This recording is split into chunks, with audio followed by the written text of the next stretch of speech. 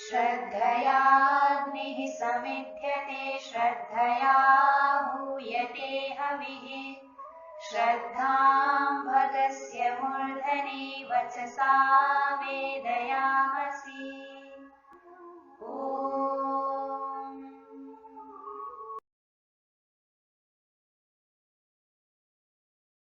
नमस्ते जी।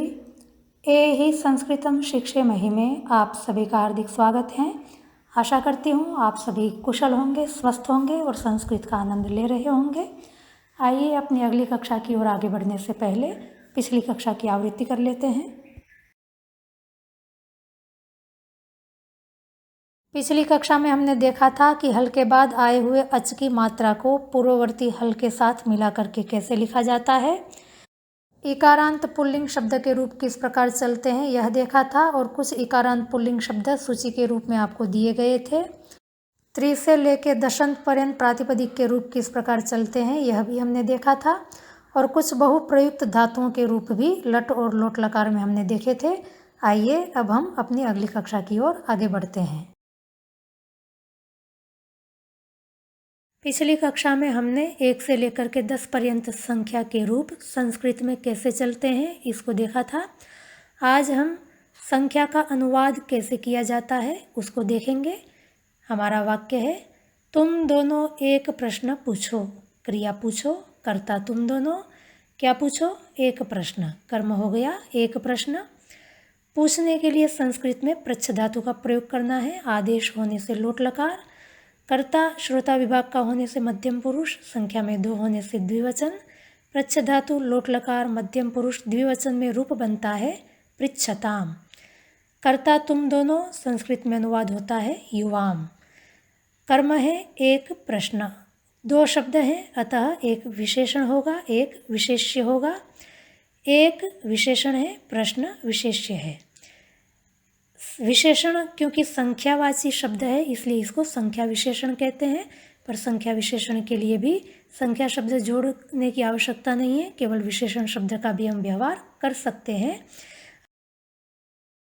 विशेष्य विशेषण में वही हमारा नियम, जो लिंग विभक्ति वचन विशेष्य के होते हैं वही लिंग विभक्ति वचन विशेषण के होते हैं। अतः पहले हम विशेष्य के लिंग विभक्ति वचन का निर्धारण करेंगे। विशेष्य प्रश्न, संस्कृत में भी प्रश्न शब्द का ही व्यवहार होता है, अकारांत पुल्लिंग शब्द है। कर्मकारक होने से द्वितीय विभक्ति, संख्या में 1 होने से एक वचन। विशेष्य के लिंग विभक्ति वचन हो गए पुल्लिंग, द्वितीय विभक्ति एक वचन। अतः विशेषण के भी लिंग विभक्ति वचन होंगे पुल्लिंग, द्वितीय विभक्ति एक वचन। विशेषण एक के लिए संस्कृत में प्रातिपदिक है एक, अकारांत पुल्लिंग द्वितीय विभक्ति एक वचन में रूप बनेगा एकम। प्रश्न अकारांत पुल्लिंग द्वितीय विभक्ति एक वचन में रूप बनता है प्रश्नम। हमारा वाक्य बना, युवाम एकम प्रश्नम पृच्छताम। आगे वाक्य है, एक तकिया और एक कुर्सी ले आ। क्रिया ले आ। कर्ता वाक्य में साक्षात नहीं है पर तू करता है। क्या ले आ? एक तकिया और एक कुर्सी, ये कर्म हो गया। ले आ के लिए आनी धातु का प्रयोग करना है। आदेश होने से लोट लकार, कर्ता तू होने से मध्यम पुरुष एक वचन की क्रिया का प्रयोग करेंगे। आनी धातु लोट लकार मध्यम पुरुष एक वचन में रूप बनता है आनय। कर्म एक तकिया और एक कुर्सी। पहले एक तकिया का अनुवाद करते हैं।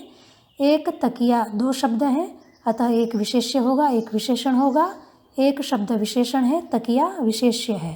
पहले विशेष्य के लिंग विभक्ति वचन को देखते हैं। तकिया के लिए संस्कृत शब्द है उपधान, नपुंसकलिंग शब्द है।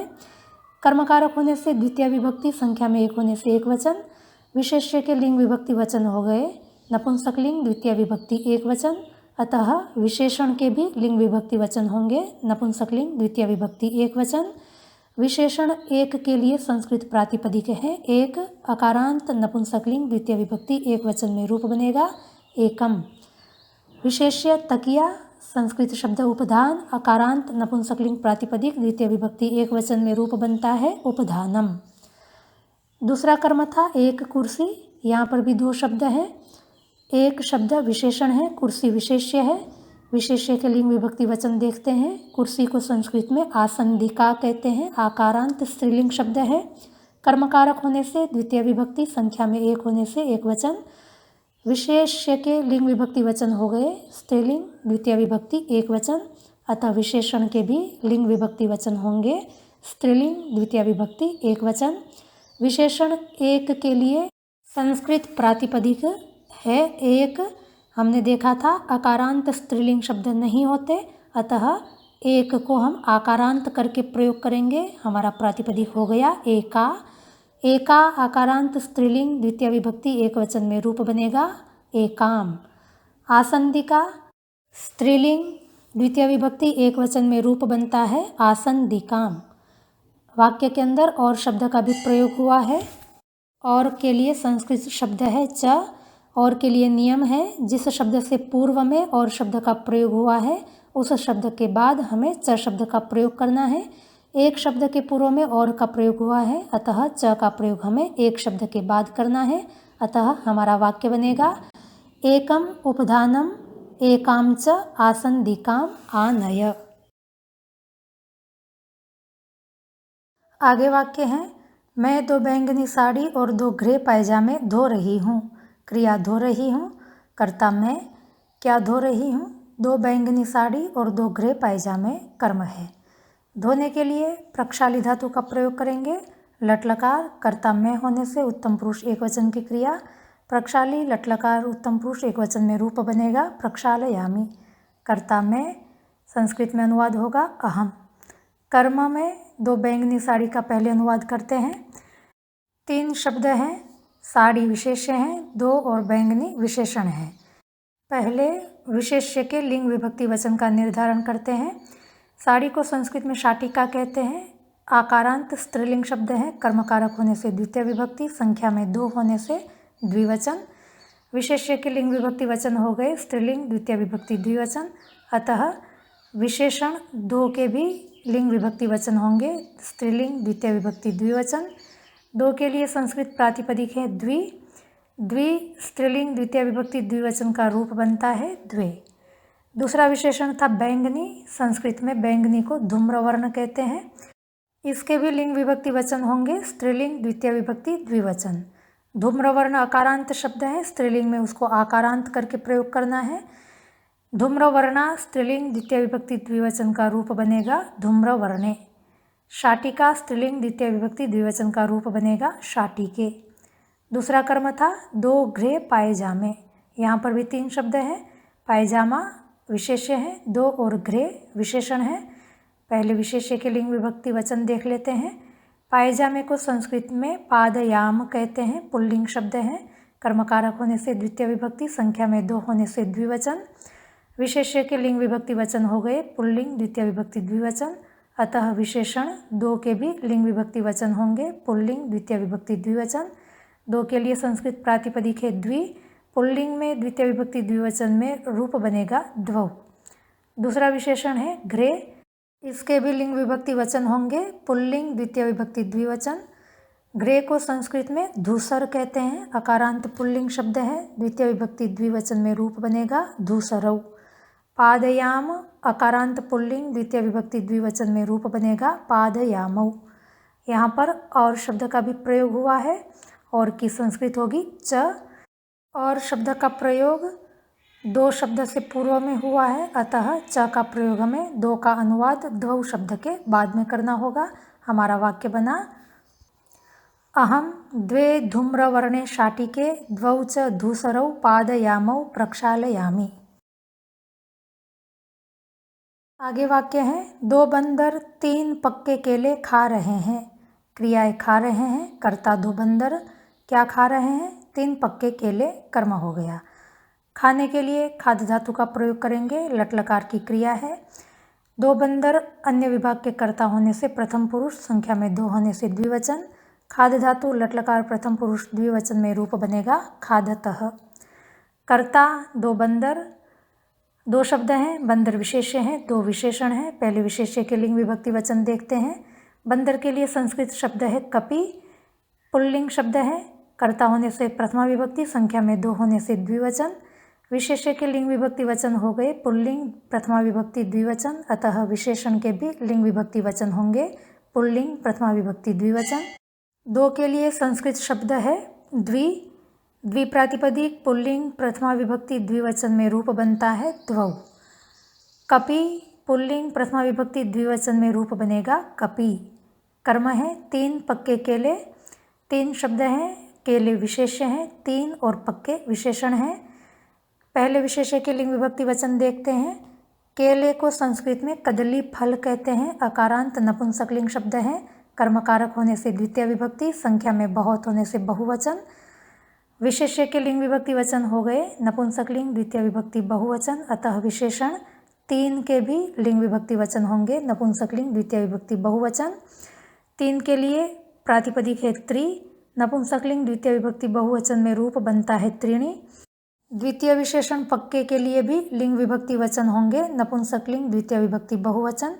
पक्के को संस्कृत में पक्व कहते हैं, अकारांत नपुंसकलिंग द्वितीय विभक्ति बहुवचन में रूप बनेगा पक्वानी। कदली फल नपुंसकलिंग द्वितीय विभक्ति बहुवचन में रूप बनेगा कदली फलानी। हमारा वाक्य बना द्वौ कपि त्रीणि पक्वानि कदली फलानि खादतः। यदि बंदर के लिए वानर शब्द का प्रयोग करेंगे तो अकारांत पुल्लिंग प्रथमा विभक्ति द्विवचन में वानर का रूप बनेगा वानरौ, अतः वाक्य बनेगा द्वौ वानरौ त्रीणि पक्वानि कदली फलानि खादतः। आगे वाक्य हैं 3 बच्चियां 4 आम चूसें। क्रिया चूसें, कर्ता 3 बच्चियां, क्या चूसें 4 आम, कर्म है। चूसने के लिए चूष धातु का प्रयोग करना है, आदेश होने से लोट लकार। कर्ता 3 बच्चियां अन्य विभाग की होने से प्रथम पुरुष, संख्या में बहुत होने से बहुवचन की क्रिया। चूष धातु लोट लकार प्रथम पुरुष बहुवचन में रूप बनेगा चूषंतु। कर्ता 3 बच्चियां, 2 शब्द हैं, बच्चियां विशेष्य हैं, 3 विशेषण हैं। पहले विशेष्य के लिंग विभक्ति वचन को देखेंगे। बच्चियों के लिए संस्कृत शब्द है बालिका, स्त्रीलिंग शब्द है, कर्ता कारक होने से प्रथमा विभक्ति, संख्या में बहुत होने से बहुवचन। विशेष्य के लिंग विभक्ति वचन हो गए स्त्रीलिंग प्रथमा विभक्ति बहुवचन, अतः विशेषण 3 के भी लिंग विभक्ति वचन होंगे स्त्रीलिंग प्रथमा विभक्ति बहुवचन। 3 के लिए संस्कृत प्रातिपदिक है त्रि, स्त्रीलिंग प्रथमा विभक्ति बहुवचन में रूप बनेगा तिस्रः। बालिका आकारांत स्त्रीलिंग प्रथमा विभक्ति बहुवचन में रूप बनता है बालिकाः। कर्म है 4 आम, 3 शब्द हैं, आम विशेष्य है, 4 विशेषण है। विशेष्य के लिंग विभक्ति वचन का निर्धारण करेंगे। आम के लिए संस्कृत शब्द है आम्र, नपुंसकलिंग प्रातिपदिक है, कर्मकारक होने से द्वितीय विभक्ति, संख्या में बहुत होने से बहुवचन। विशेष्य के लिंग विभक्ति वचन हो गए नपुंसकलिंग द्वितीय विभक्ति बहुवचन, अतः विशेष्य 4 के भी लिंग विभक्ति वचन होंगे नपुंसकलिंग द्वितीय विभक्ति बहुवचन। 4 के लिए संस्कृत प्रातिपदिक है चतुर, नपुंसकलिंग द्वितीय विभक्ति बहुवचन में रूप बनता है चत्वारि। दूसरा विशेषण 4 का भी चतुर नपुंसकलिंग द्वितीय विभक्ति बहुवचन में रूप बनेगा चत्वारि। वाक्य बना तिस्रः बालिकाः चत्वारि आम्राणि चूषन्तु। आम के लिए आम्रफल शब्द का भी संस्कृत में प्रयोग होता है, अकारांत नपुंसकलिंग है। आम्रफल का यदि प्रयोग करेंगे तो वाक्य बनेगा तिस्रः बालिकाः चत्वारि आम्रफलानि चूषन्तु। आगे वाक्य है बची हुई बच्चियां साबुन से 5 बर्तन साफ करें। क्रिया साफ करें, कर्ता बची हुई बच्चियां, किससे साफ करें साबुन से, करण कारक हो गया साबुन। क्या साफ करें 5 बर्तन, कर्म हो गया। साफ करने के लिए मार्जी धातु का प्रयोग करेंगे, आज्ञा होने से लोट लकार। कर्ता अन्य विभाग का होने से प्रथम पुरुष, संख्या में बहुत होने से बहुवचन। मार्जी धातु लोट लकार प्रथम पुरुष बहुवचन में रूप बनता है मार्जयन्तु। आप प्रक्षाली धातु का भी प्रयोग कर सकते हैं।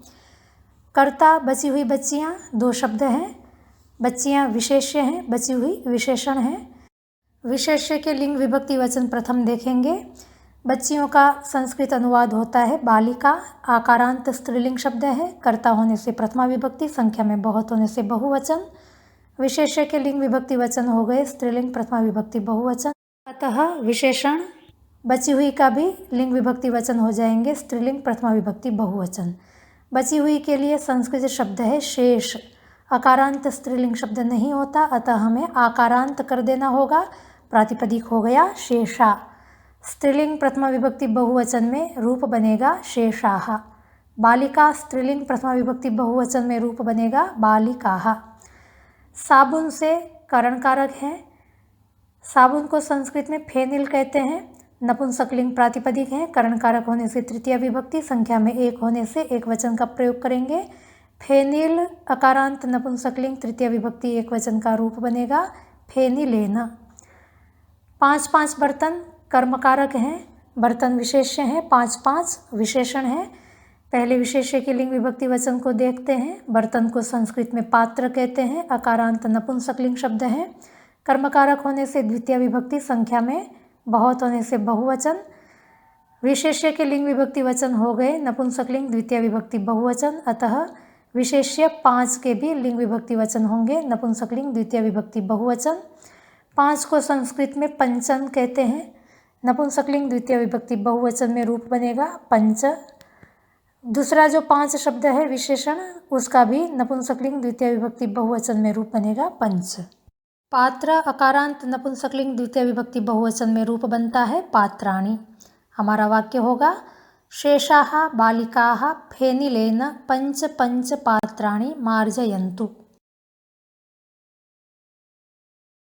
आगे वाक्य है हम प्रतिदिन 6 धातु रूप याद करते हैं। क्रिया याद करते हैं। कर्ता हम प्रतिदिन अव्यय हैं। क्या याद करते हैं? 6 धातु रूप कर्म है। याद करने के लिए स्मृति धातु का प्रयोग करेंगे। वर्तमान काल होने से लट लकार, कर्ता हम होने से उत्तम पुरुष बहुवचन की क्रिया। स्मृति धातु लट लकार उत्तम पुरुष बहुवचन में रूप बनता है स्मरामः। कर्ता हम संस्कृत में अनुवाद होता है वयम। कर्म 6 धातु रूप 2 शब्द हैं। धातु रूप विशेष्य हैं, 6 विशेषण हैं। पहले विशेष्य के लिंग विभक्ति वचन का निर्धारण करेंगे। धातु रूप को संस्कृत में धातु रूप ही कहते हैं। अकारांत नपुंसकलिंग प्रातिपदिक हैं। कर्मकारक होने से द्वितीय विभक्ति, संख्या में बहुत होने से बहुवचन। विशेष्य के लिंग विभक्ति वचन हो गए नपुंसकलिंग द्वितीय विभक्ति बहुवचन, अतः विशेषण 6 के भी लिंग विभक्ति वचन होंगे नपुंसकलिंग द्वितीय विभक्ति बहुवचन। 6 के लिए संस्कृत प्रातिपदिक है शश। नपुंसकलिंग द्वितीय विभक्ति बहुवचन में रूप बनता है षड। धातु रूप नपुंसकलिंग द्वितीय विभक्ति बहुवचन में रूप बनेगा धातु रूपाणि।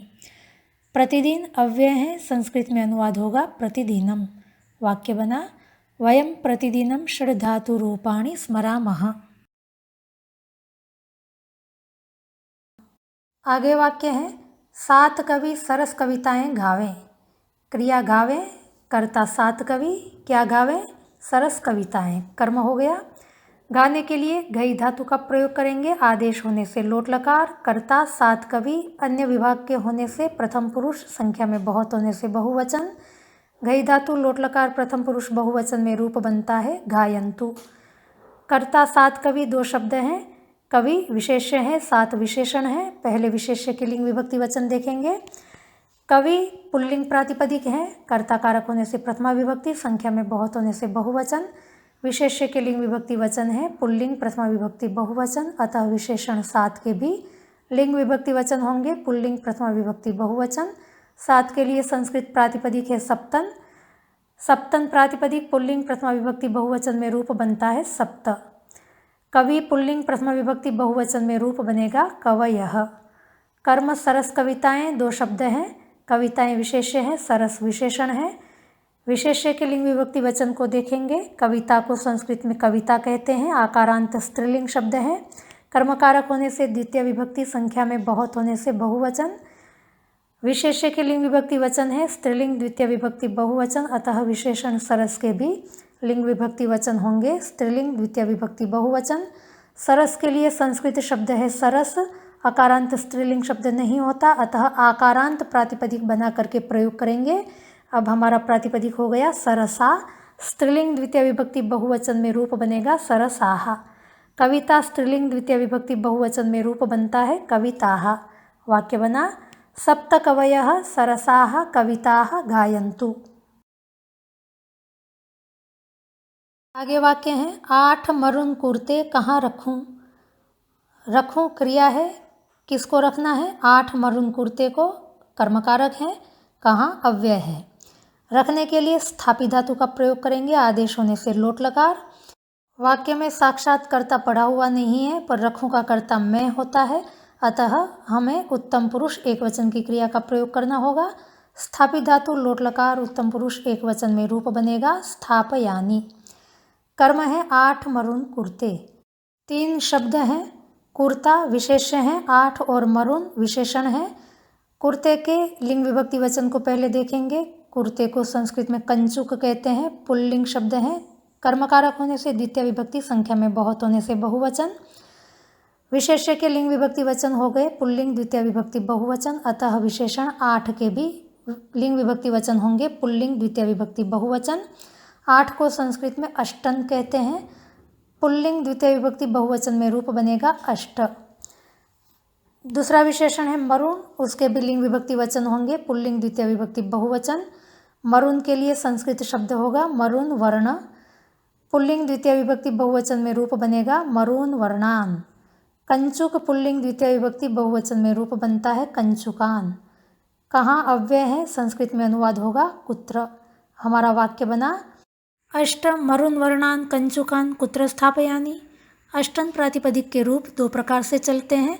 यदि हम द्वितीय प्रकार का प्रयोग करना चाहें तो भी कर सकते हैं। वाक्य इस प्रकार होगा अष्टौ मरून वर्णान कंचुकान कुत्र स्थापयानि।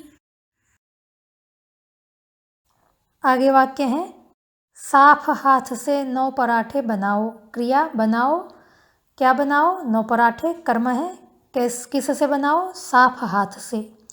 बनाने के लिए क्री धातु का प्रयोग करेंगे, आदेश होने से लोट लकार।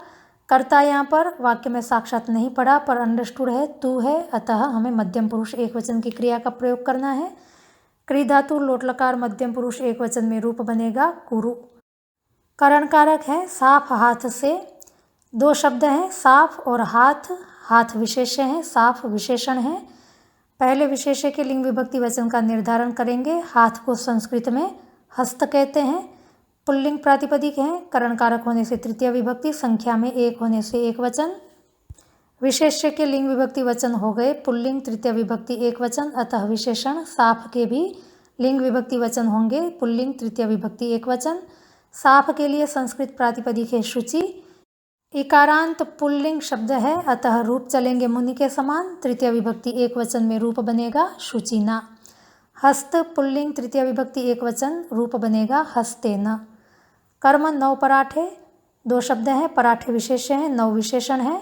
विशेष्य के लिंग विभक्ति वचन को पहले देखेंगे। पराठे के लिए संस्कृत शब्द है पूपिका, आकारांत स्त्रीलिंग शब्द है। कर्मकारक होने से द्वितीय विभक्ति, संख्या में बहुत होने से बहुवचन का प्रयोग करेंगे। विशेष्य के लिंग विभक्ति वचन हो गए स्त्रीलिंग, द्वितीय विभक्ति बहुवचन, अतः विशेषण 9 के लिंग विभक्ति वचन होंगे स्त्रीलिंग, द्वितीय विभक्ति बहुवचन।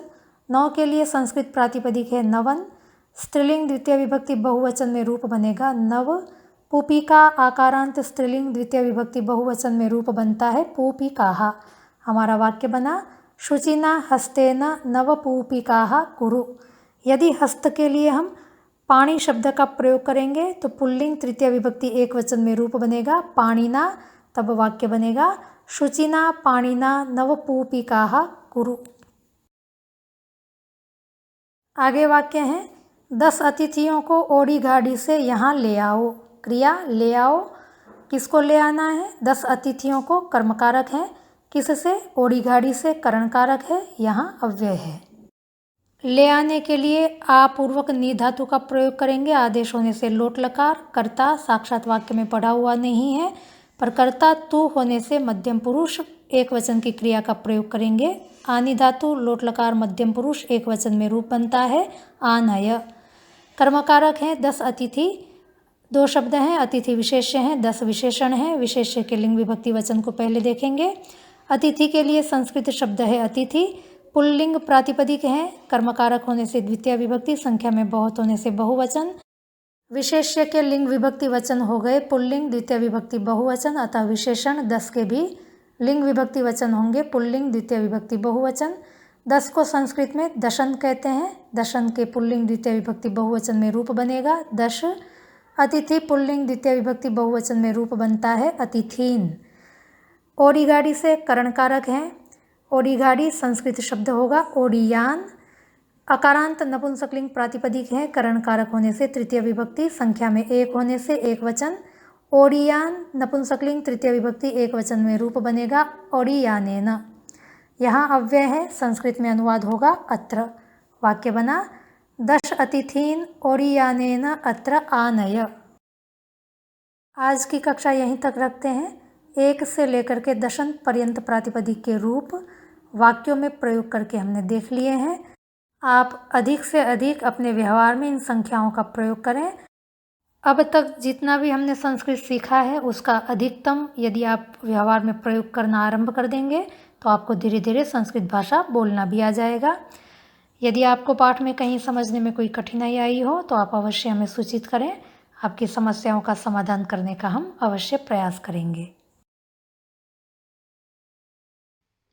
यदि आप अपने इष्ट मित्र साथी को इस संस्कृत पाठशाला से जोड़ना चाहते हैं या कोई व्यक्ति स्वयं जुड़ना चाहता है तो वीडियो के नीचे यहाँ पर आप देखें उल्टे तीर का निशान है। यहाँ पर क्लिक करने से डिस्क्रिप्शन बॉक्स खुल जाएगा जिसमें टेलीग्राम पर चलने वाले संस्कृत पाठशाला की लिंक दी हुई है और व्हाट्सएप पर भी हमारे 8 ग्रुप चलते हैं, उसकी भी लिंक यहाँ पर दी हुई है। दोनों में से किसी एक लिंक पर क्लिक करने से आप हमारी पाठशाला से जुड़ सकते हैं। थोड़ा नीचे कन्या गुरुकुल की वेबसाइट का भी लिंक दिया हुआ है जिस पर जाकर के आप कन्या गुरुकुल का सामान्य परिचय प्राप्त कर सकते हैं। यहाँ पर सब्सक्राइब बटन दिया हुआ है जिस पर आप क्लिक करेंगे तो हमेशा के लिए हम आपके साथ जुड़ जाएंगे।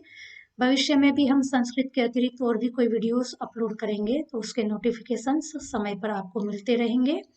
इस पैनल पर यहाँ पर क्लिक करने से प्लेलिस्ट खुल जाएगी। यहाँ पर प्लेलिस्ट लिखा हुआ है। कोई हमारे पुराने वीडियोस देखना चाहते हैं तो यहाँ पर जाकर के क्लिक करें, आपको हमारे सारे वीडियो जितने भी हमने अपलोड किए हैं वो सब यहाँ पर मिल जाएंगे। यहाँ पर क्लिक करने से आप वीडियो को देख सकते हैं। अगली कक्षा में हम फिर मिलेंगे। आपने हमारे वीडियो को देखा, पसंद किया, आपका हार्दिक धन्यवाद।